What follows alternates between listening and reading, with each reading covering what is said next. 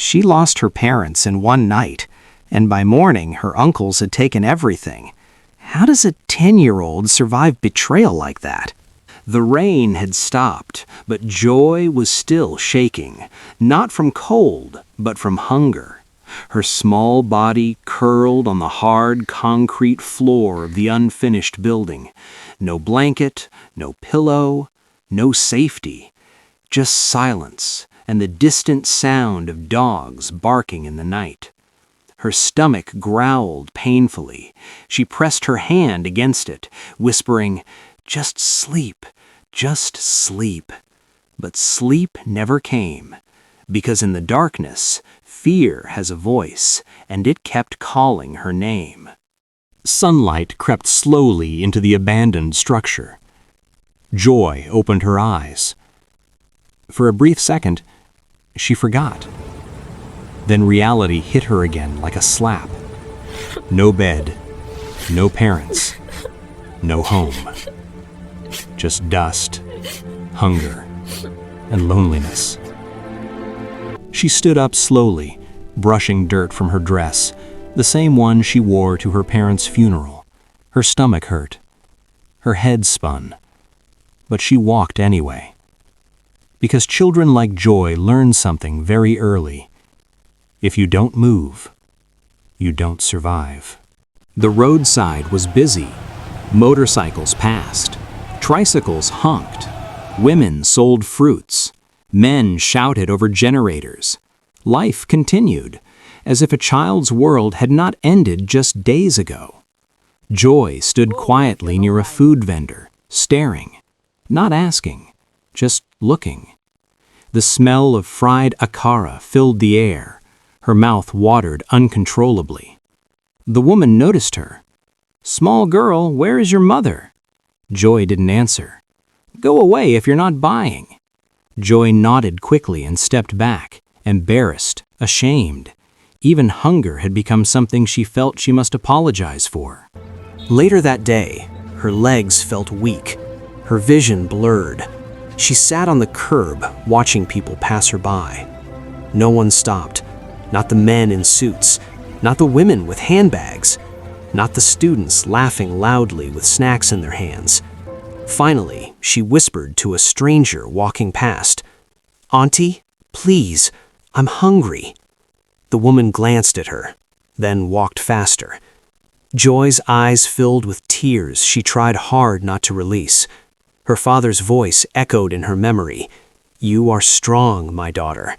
And she held on to those words, because they were all she had left. That night, the rain came again. Heavier, colder, crueler.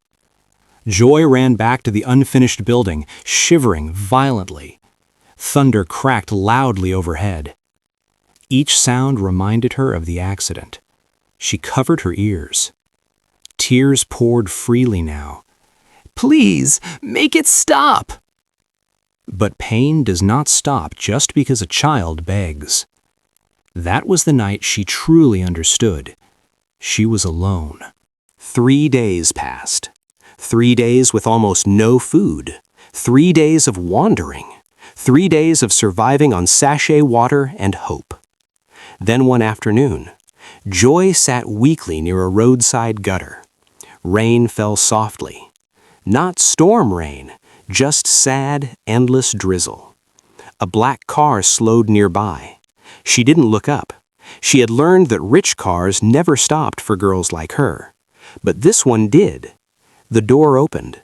A man's voice spoke gently. "My child, why are you here alone?" Joy raised her head slowly. The man's face was kind, calm, concerned. Not the face of danger. Her voice came out barely louder than the rain. "I don't have anywhere to go." The man's chest tightened. "Come, let's get you somewhere dry." Joy hesitated, because life had already taught her to fear kindness. But exhaustion won, and slowly she stood and followed him. The house was large, clean, quiet. Joy sat at a dining table staring at a plate of rice. Real food, warm food. Her hands trembled as she picked up the spoon. The man watched her quietly. She ate slowly at first, then faster, then with tears rolling down her cheeks. Not because the food was hot, but because someone cared enough to give her some. "Thank you, sir," she whispered. He nodded gently. "You are safe here for now." Joy believed him, because when you've been starving, even temporary kindness feels like forever. The first few days felt like heaven. Joey slept on a mattress. She bathed. She ate 3 meals a day. For the first time since her parents died, she felt human again. She even started smiling softly to herself.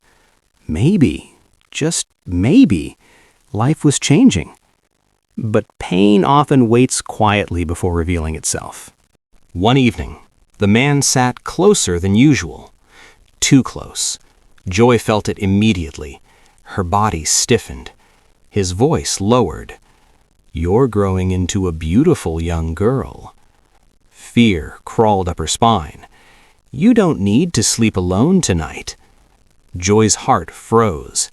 Everything inside her screamed danger. She stood up quickly. "Sir, please." The room felt smaller. The air felt heavier. And in that moment, Joy understood something devastating. Not every hand that feeds you is safe. That night, she didn't wait for sunrise. She didn't pack a bag. She didn't say goodbye. She opened the door quietly and ran back into the darkness. Days later, Joy wandered again, weak, broken, empty. Her thoughts became louder than the world around her. Pain, memories, fear. She walked along the roadside absent-mindedly. A car horn blasted behind her. She didn't react. Her mind was too far away. Another horn, louder, closer. Then, impact. Her body collapsed onto the asphalt. Everything went black. Voices echoed faintly. "Call a doctor. She's just a child. She's breathing. Barely." Joy drifted between darkness and light. She didn't know who had found her. She didn't know who was holding her. She didn't know where she was going. But one thing was certain. If no miracle came now, there would be no tomorrow for Joy. She thought the worst was over.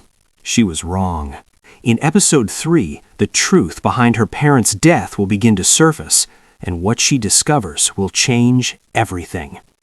If this story means something to you, if you feel her pain, subscribe now, because you won't want to miss what comes next.